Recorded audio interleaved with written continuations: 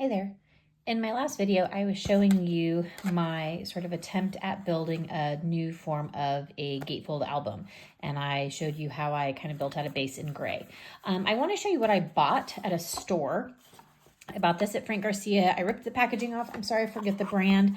I bought this because I wanted to sort of reverse engineer. How did a gatefold album kind of come?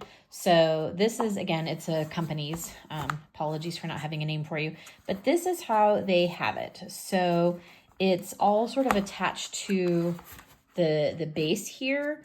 You can see it's still got pages. They're nice and thick. It looks like there's about 8 pages. So you got 4 that go this way, 4 that go that way. This is not what I wanted, so that's why I built mine.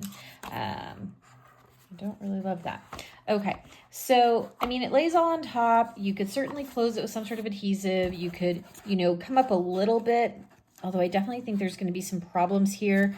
There's a little give, it looks like, to get some kind of, build. So I'm kind of looking. But anywho, this is what I was trying to reverse engineer and build, okay? So hopefully you can kind of see that. So yeah, the pages do give a bit, and I'll probably eventually use this. But this was the only gatefold I could find in the stores. And when I Googled and YouTube searched, etc., I couldn't find the gatefold that I wanted to create, which was, again, sort of off the spines, this overlapping gatefold. So that's what I put together. I'm going to show you my finished product. Oops. I used the Yours Truly line from Echo Park. When I Googled this line on YouTube, I found videos that were, I want to say the oldest one was like 15 years old. So this paper is old. I had no idea it's been in my stash that long, but it's super cute. So let's see our final product. Guys, I got to tell you, I'm in love. Okay, so this is my final product. I went with a belly band closure. You can see how beautifully the pages lay in there. I'm also going to tell you a couple things that I would do mildly differently the next time around, and there will be a next time. So I built out my belly band. I kept the pages themselves nice and plain, the covers, because I wanted the belly band to fit over nicely.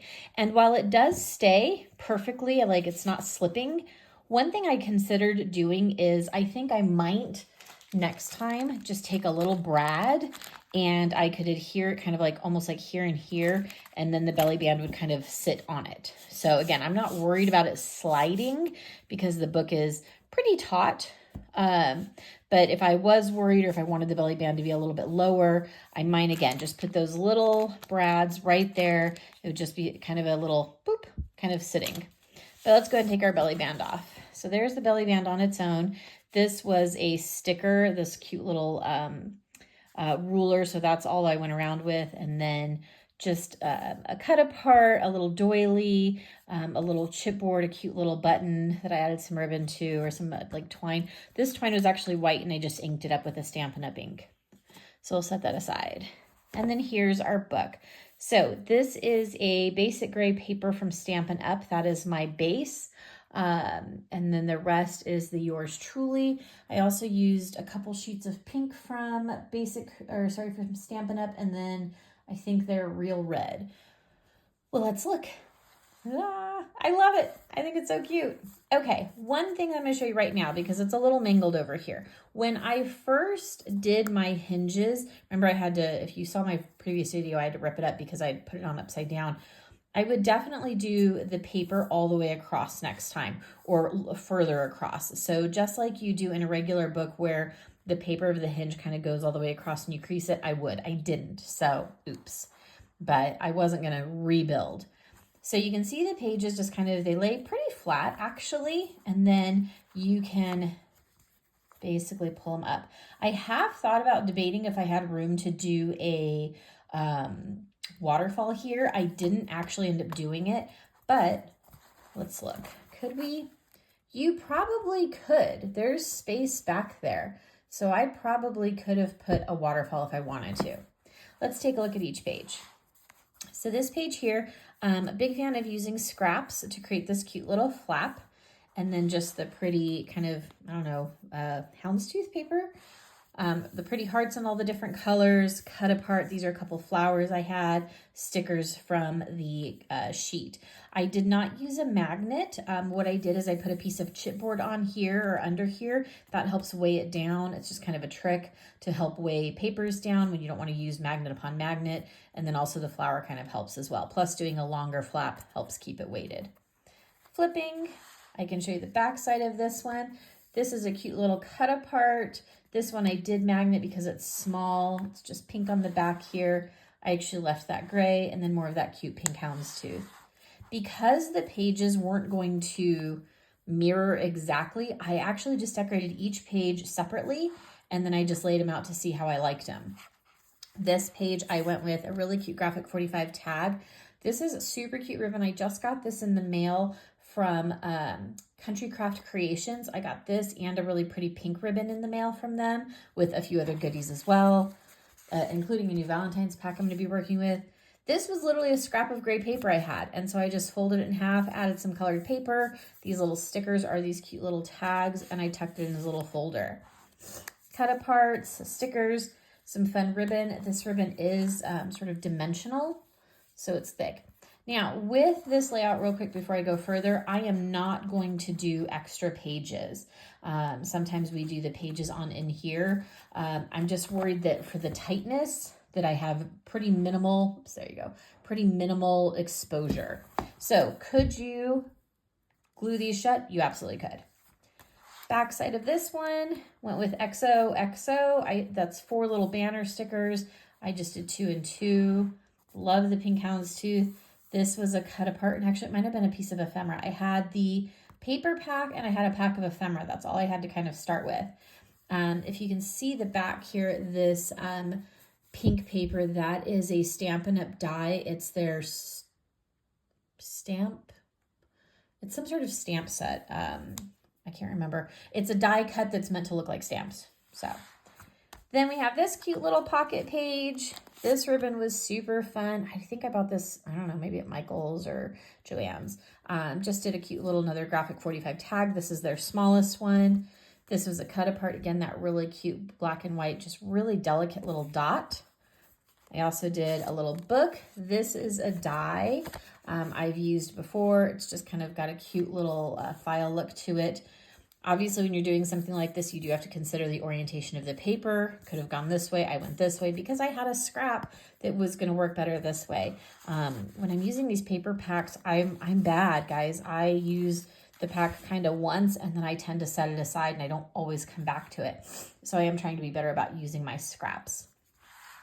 Back side of this one, this I ended up kind of shoving in at the last minute because I did pop up this little love sticker. So you have the paper, the ribbon, the cut apart, and another ribbon. So it's a lot of layers. There is a magnet on this one. And then we can flip up. This is a piece of ephemera, possibly a cut apart. I'm not actually sure. Open with these really cute little dots. This sticker skyline I just pulled off and trimmed to size.